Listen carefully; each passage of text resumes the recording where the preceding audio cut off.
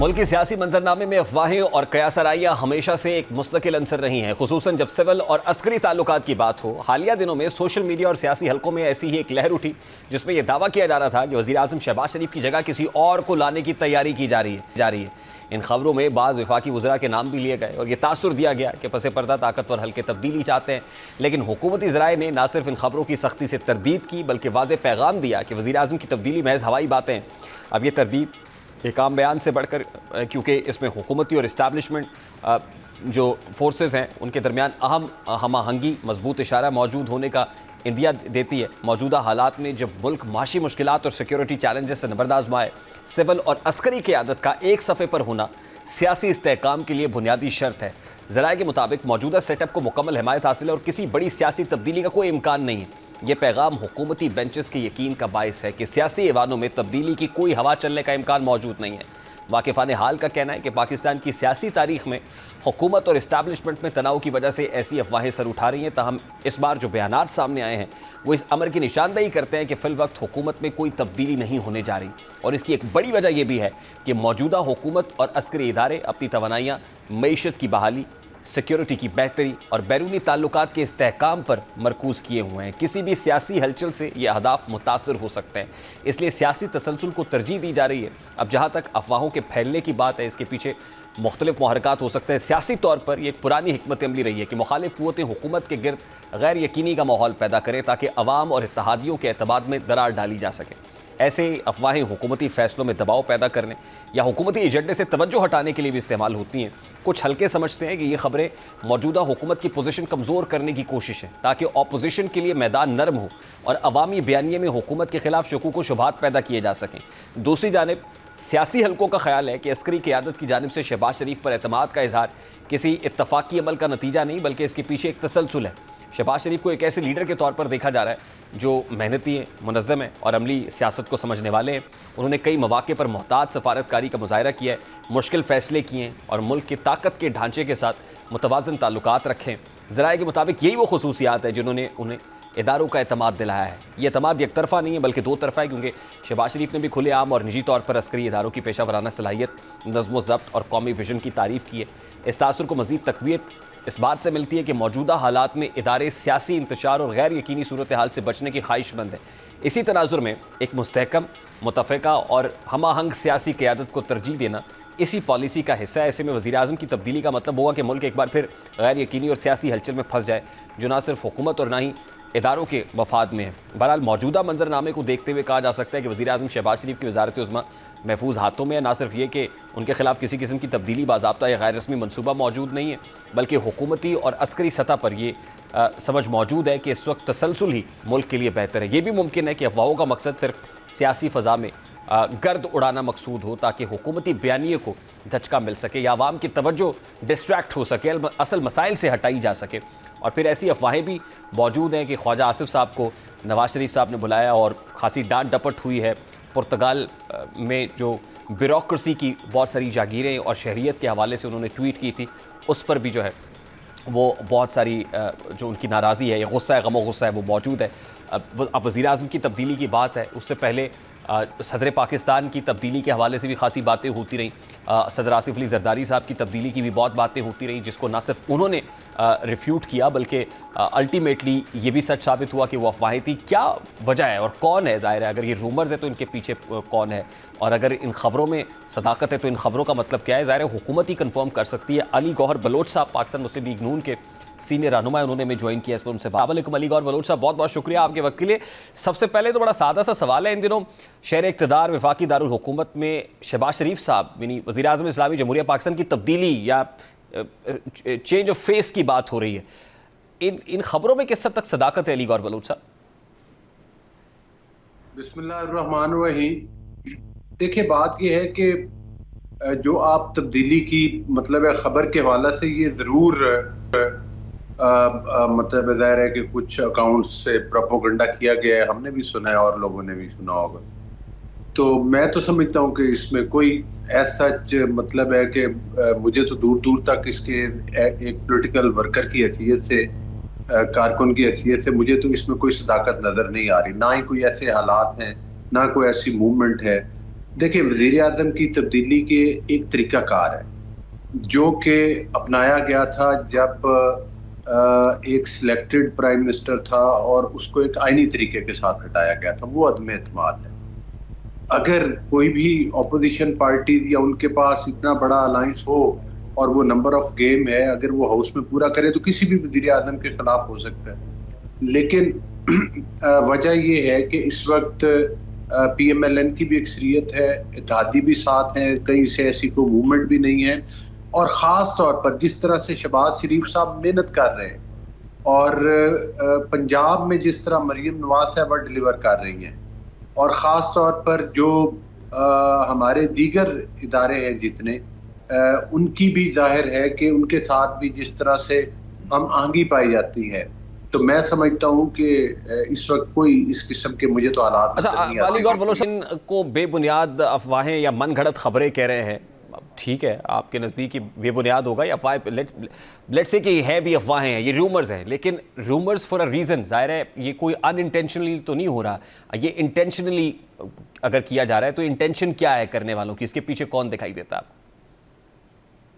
دیکھیں بات یہ ہے کہ یہ وہی لوگ ہیں جو جس دن سے بانی پی ٹی آئی کو ظاہر ہے کہ وہ مطلب ہے کہ گرفتار کیا گیا تھا، ان کے اوپر اس وقت تو الزامات تھے، اب تو وہ خیر کافی حد تک ثابت بھی ہو چکے ہیں، یہ جو کچھ 9 مئی کے واقعات ہوئے، جو کچھ کرپشن کے واقعات ہوئے، تو یہ روز تو کہتے ہیں کہ کل خان باہر آ جائے گا۔ آج مجھے بتائیں کتنا ٹائم ہو گیا ہے، ان سے پوچھیں نا افواہوں والوں سے کہ ابھی تک جو ہے وہ بانی پی ٹی آئی باہر کیوں نہیں آئے۔ ہمیں ان کے کسی کو کوئی اندر دیکھ کے کہ وہ جیل کے اندر ہے تو ہمیں کوئی اس بات کی خوشی نہیں ہے، اور ہم نے ان کی طرح سے سزاؤں کے اوپر مٹھائیاں بھی نہیں کھائی ہوئی۔ آپ کو یاد ہوگا جب نواز شریف صاحب کی ڈسکوالیفیکیشن ہوئی تھی تو اس وقت کی تصویر آپ نے میڈیا پہ دیکھی ہوگی، اب پھر وائرل ہوئی ہے، کہ جس میں خود بانی پی ٹی آئی اور ان کے کچھ ہواری بڑی مٹھائی کھا رہے ہیں اور خوشی منا رہے ہیں۔ آج ان کے لوگ جو ہیں وہ 9 مئی کے دہشت گردی کے مقدمات میں سزا ہوئے ہیں، اور کچھ دن پہلے بھی ہوئے تھے، لیکن ہماری کسی لیڈرشپ کی طرف سے کوئی مٹھائیاں تقسیم نہیں کی گئی۔ تو یہ ان کو اپنے گریبانوں میں سوچنا چاہیے، جو لوگ یہ کلیم کرتے ہیں وہ سامنے لے کر آئے، ہم فیس کرنے کے لیے تیار ہیں۔ وہ کون سا کس طریقے کے ساتھ سمجھتے ہیں کہ پرائم منسٹر تبدیل ہو جائیں گے؟ ہم ایز اے پولیٹیکل پارٹی الحمدللہ میدان میں ہیں، اور ہم ان کو چیلنج کرتے ہیں کہ وہ طریقہ کار پروسیس تو ظاہر سامنے ہے، لائیں۔ علی گور بلوچ صاحب آپ پروسیس کی بات کی، عدم اعتماد ایک پروسیس ہے جس میں آپ کو ظاہر نمبر شو کرنے ہوتے ہیں۔ عمران خان صاحب کے اگینسٹ جب ہوئی تو اس وقت اتحادی جو ہیں وہ سرک گئے تھے، آپ کی حکومت بھی اتحادی حکومت ہے، مخلوط حکومت ہے، تو اس میں اتحادی اور حکومت سیم پیج پہ ہیں؟ آپ کانفیڈنٹ ہے کہ کوئی معاملات گڑبڑ نہیں ہیں آپ کے اپنے ایلائز کے ساتھ؟ نہیں، دیکھیں بات یہ ہے کہ حکومت بالکل آپ نے ٹھیک کہا کہ جو اتحادی ہیں وہ انٹیکٹ ہیں، اور جس وقت ان کی گورنمنٹ جا رہی تھی صاف کلیئرلی پتہ چل چکا تھا ان کے اتحادی ان سے الگ ہوئے تھے، اور وہ کوئی لک چھپ کے نہیں ہوئے تھے، وہ مطلب ہے کہ بڑے انہوں نے بانگے دہل انہوں نے اعلان کیا تھا کہ وہ ان کے ساتھ نہیں ہیں، اور جس میں ایم کیو ایم تھی، دیگر پولیٹیکل پارٹیز بھی تھی، کچھ چھوٹی پارٹیز بھی تھیں، اور آج آپ دیکھ لیں کہ آج ہمارے سارے اتحادی ہمارے ساتھ ہیں۔ اگر کہیں سے کوئی ایسی ہمارے اتحادیوں میں سے کوئی موومنٹ نظر آئی ہے تو پھر اس کو ڈسکس کر لیتے ہیں، اس کو بتا دیں۔ تو ظاہر ہے کہ جب اتحادی حکومت کو چلانا کوئی آسان کام نہیں ہوتا، ظاہر ہے ان کے اپنے تفاضات ہوتے ہیں، اپنے مطالبات ہوتے ہیں، لیکن میں سمجھتا ہوں کہ یہ بھی شہباز شریف صاحب کو اس چیز کا کریڈٹ جاتا ہے کہ انہوں نے ان تمام حالات میں اچھا ڈیلیور کر رہے ہیں، تمام پولیٹیکل پارٹیز کو ساتھ لے کر چل رہے ہیں۔ اگر پولیٹیکل پارٹی کے کوئی تفاضات ہوتے ہیں، لیکن اس سارے معاملے میں علی گور صاحب ایک ظاہر ہے تیسرا فریق بھی ہے جس کو ہم مقتدرہ کہتے ہیں یا کنسرن کوارٹرز کہتے ہیں، تو ان کے ساتھ بھی معاملات سیم پیج کے ہی ہیں، کیونکہ خواجہ آصف صاحب کی ایک ٹویٹ کی بھی خاصی بازگشت ہے، ظاہر ہے ڈیفنس منسٹر ہے، اور اطلاعات یہ بھی ہیں کہ نواز شریف صاحب نے ان سے کوئی ناراضی کا اظہار کیا ہے۔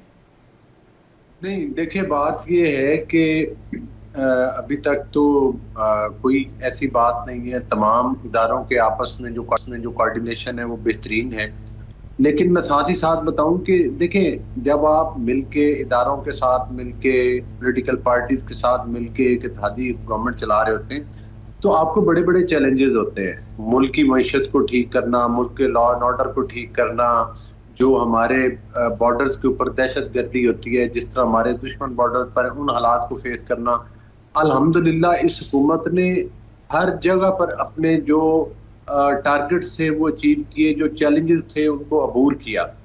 تو میں سمجھتا ہوں کہ باقی چھوٹی موٹے معاملات ساتھ ساتھ چلتے ہیں اور وہ وقت کے ساتھ ساتھ حل بھی ہو جاتے ہیں. تو میرا خیال ہے کہ وہ خواجہ ایک ویسے بھی روٹین میں ملاقاتیں ہوتی ہیں تو نہیں، لیکن ناراضگی یہ والا حال ہی میں جو پرتگال میں بیوروکریسی کی شہریت والی بات کی اور پھر پاک سرزمین کو پلید کرنے والی بات کی، اس پہ کیا نواز شریف صاحب نے ناراضی کا اظہار کیا ہے خواجہ آصف صاحب سے؟ ان خبروں میں کس حد تک صداقت ہے علی گور صاحب؟ دیکھیں میرے نوٹس میں تو نہیں ایسی بات، اس کی وضاحت تو خواجہ آصف صاحب خود کر سکتے ہیں، اور آپ ماشاءاللہ جہاں دیدہ صحافی ہیں، آپ کی ملاقاتیں بھی ہوتی رہتی ہیں. بہتر یہ ہے کہ آپ یہ سوال ان سے خود پوچھ لیجئے گا کہ آپ سے میاں صاحب ناراض ہوئے کہ نہیں ہوئے. میں جہاں تک میری معلومات ہے کہ ناراضگی کا اظہار نہیں ہوا، لیکن آپس میں ظاہر ہے دیگر سیاسی امور پر ایک اور صاحب، ہماری جو اطلاعات ہے وہ یہی ہے کہ خواجہ صاحب کی جو باڈی لینگویج ہے بہت کچھ بتا دیتی ہے. تو پرسوں کی بات ہے، وہ ایک پارک میں واک کر رہے تھے اور پھر کہنے والے کہتے ہیں کہ خواجہ صاحب جب پریشان بہت ہوتے ہیں تو پھر پارک میں اسی طرح اکیلے نکل جاتے ہیں، واک شاک کرتے، تو آج کل اکیلے ہیں. تو کوئی استعفیٰ دینے کی باتیں بھی ہیں کہ انہوں نے اپنا استعفیٰ ٹیبل کیا، اس کے بعد میاں صاحب سے ملاقات ہوئی اور پھر بات چیت اور جو ایکسچینج آف ورڈز ہے؟ دیکھیں جب تک کوئی بندہ میں ہوں یا آپ کی ذات ہے، اگر میں یہ کہوں کہ آپ اپنے ادارے کو لائک جس میں آپ ماشاءاللہ کام کر رہے ہیں چھوڑ کے جا رہے ہیں، تو سب سے مصدقہ بات تو آپ کی ہو. اگر آپ کی یا آپ کے کوئی جو بھی وہاں کی مطلب ہے کہ انتظامیہ ہے، اگر اس کے درمیان کوئی انڈر گراؤنڈ کو بات چیت چل رہی ہوگی تو اس کا بھی آپ کو علم میں ہوگا. تو بہترین فورم تو خواجہ صاحب کا ہی ہے. پولیٹیکل لوگوں کو بہت بڑے بڑے چیلنجز بھی ہوتے ہیں. میں نہیں سمجھتا کہ خواجہ صاحب نے کوئی ریزائن دی ہے یا ان کو کسی ریزائن سے روکا گیا ہے. باتیں ضرور ہوتی ہیں. میری اپنی گورنمنٹ ہے پنجاب کے اندر، میں اس پارٹی کا ورکر ہوں، ایم این اے رہا ہوں، میری خود وفاق میں حکومت ہے. ہمیں 500 جگہ پر تحفظات ہوتے ہیں، ہمیں 500 جگہ پر ناراضگیاں ہوتی ہیں، لیکن اس کا مقصد یہ نہیں ہوتا. وہ ہم اظہار اپنی لیڈرشپ کے ساتھ جب ہماری میٹنگز ہوتی ہیں اس میں کرتے ہیں اور ان کو ایڈریس بھی کیا جاتا ہے. تو یہ تو ایک گھر کے اندر بھی روٹین میٹر ہے. ہو سکتا ہے کوئی بات ایسی ہوئی ہو، لیکن وہ کوئی اتنی امپورٹنٹ یا خاص بات نہیں ہے، وہ تو ہماری روز ہوتی رہتی ہے. لاسٹلی علی گور بلوچ صاحب، ظاہر ہے اپوزیشن تو اس وقت کو بہت مضبوط اپوزیشن نہیں ہے، وہ تو اپنی بیچاری کیسز کے اندر پھنسے ہوئے ہیں اور ان کے اپنے معاملات ہیں، لیکن آپ سب اور ظاہر ہے یہ اپوزیشنیں اگر مضبوط ہوں بھی تو حکومتوں کو کمزور کرتی ہے، لیکن حکومتیں جاتی اپنے وزن سے ہی ہیں، اپنی مس management, bad governance, poor performance سے. تو آپ جو گورننس کے معاملات ہیں حکومت کے، اس سے سیٹسفائیڈ ہے، مطمئن ہے کہ ٹھیک ہو رہا ہے جو بھی ہو رہا ہے؟ دیکھیں بات یہ ہے کہ کوئی ایسا نظام نہیں ہوتا جس میں بہتری کی گنجائش نہیں ہوتی. وقت کے ساتھ ساتھ آپ جتنا مرضی ڈیلیور کریں اس میں بہتری کی گنجائش ہوتی ہے، اس میں اصلاح کی گنجائش ہوتی ہے. یہ کہنا مناسب نہیں ہے کہ ہم ہر چیز سے سیٹسفائیڈ ہیں. ہاں یہ مجھے پتہ ہے کہ ہماری جو لیڈرشپ ہے، پرائم منسٹر صاحب ہیں، جو ہماری اتحادی حکومت ہے، باقی جو جتنے بھی ادارے ہیں ہماری اسٹیبلشمنٹ ہے، ہماری فورسز ہیں، دیگر ادارے ہیں، جتنے قانون نافذ کرنے والے ادارے ہیں، ہر کوئی اپنی جگہ پر بہت محنت کر رہا ہے اور میں سمجھتا ہوں کہ اس کے ثمرات آئے ہیں. مجھے وہ وقت یاد ہے کہ جب بانی پی ٹی آئی کو ہٹا میں اعتماد کے ذریعے اس وقت انہوں نے آئین کو توڑا ڈپٹی اسپیکر کے ذریعے، یہ کہہ کر گئے تھے کہ ہم مائنز بچھا کے جا رہے ہیں. مہنگائی کی شرح بہت اوپر تھی، آئی ایم ایف کے ساتھ سوپ ٹاچ کر کے گئے تھے، کہتے تھے پاکستان جو ہے وہ ڈیفالٹ کر جائے گا، چلے گا نہیں. آج الحمدللہ آپ دیکھیں کون سا ایسا شعبہ ہے جس میں پاکستان نے آگے کی طرف نہیں بڑھا، اور یہ چیزیں کسی معجزے سے کم نہیں، یہ اللہ تعالیٰ کے فضل و کرم کے بعد اس موجودہ حکومت کی محنت ہے اور یہ اس کے ثمرات ہیں کہ آج مہنگائی کی شرح نیچے آئی ہے، آج ہم بھارت کے مقابلے میں جنگ جیت چکے ہیں، آج ہمارا پوری دنیا میں بیانیے کو تسلیم کیا جاتا ہے. معاشی طور پر آپ دیکھ لیں کہ ہم نے کئی جو چیلنجز ہیں ان کو عبور کیا ہے. اس کے باوجود ہمیں دہشت گردی کے حالات کا اور وہ جو سندھور 2 کا سامنا ہے ہماری قوم کو اور ٹھیک. ہماری حکومت کو. علی لیکن گور میں بلوچ صاحب، سمجھتا ہوں کہ جس ڈائریکشن پر ہم چل رہے ہیں ٹھیک. اور جس طرح سے ہم محنت کر رہے ہیں، یہ لوگ تو کہتے تھے کہ یہ ریمیٹنس کوئی نہیں دے گا پاکستان کو، جب سے انہوں نے یہ بیان دیا لوگوں نے اپنی ریمیٹنس زیادہ بھیجنا شروع کر دی. تو میں سمجھتا ہوں کہ پاکستان ٹھیک کو ہے چیلنجز علی گور بلوچ صاحب لیکن بہت بہت شکریہ ہے. بریک ہے. علی گور بلوچ پاکستان مسلم لیگ نون کے رہنما ہمارے ساتھ موجود تھے. ایک بریک لیتے ہیں, بریک کے بعد واپس آئیں گے, اپوزیشن سے بات کریں گے اس بریک کے بعد ہمارے ساتھ.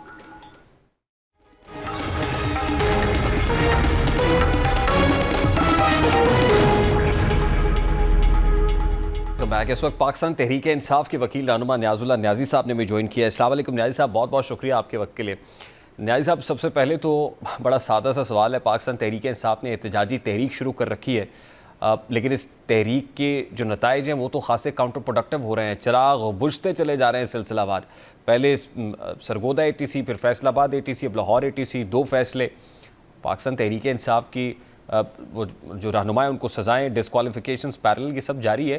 پی ٹی آئی کے لیے تو کوئی رے آف ہوپ نظر نہیں آتی سر. جی اچھا ریحان صاحب, اس طرح ہے کہ دیکھیں 8 فروری سے آپ کو پتا ہے کہ جس طریقے سے پارٹی کے ساتھ ظلم, تشدد, تربیت سے گزر رہے ہیں, ہمارے پاس کوئی آپشن نہیں چھوڑا. ہم ٹریبیونل میں گئے, سپریم کورٹ گئے کہ جی الیکشن کے فیصلے پنجاب سے ہو جائیں.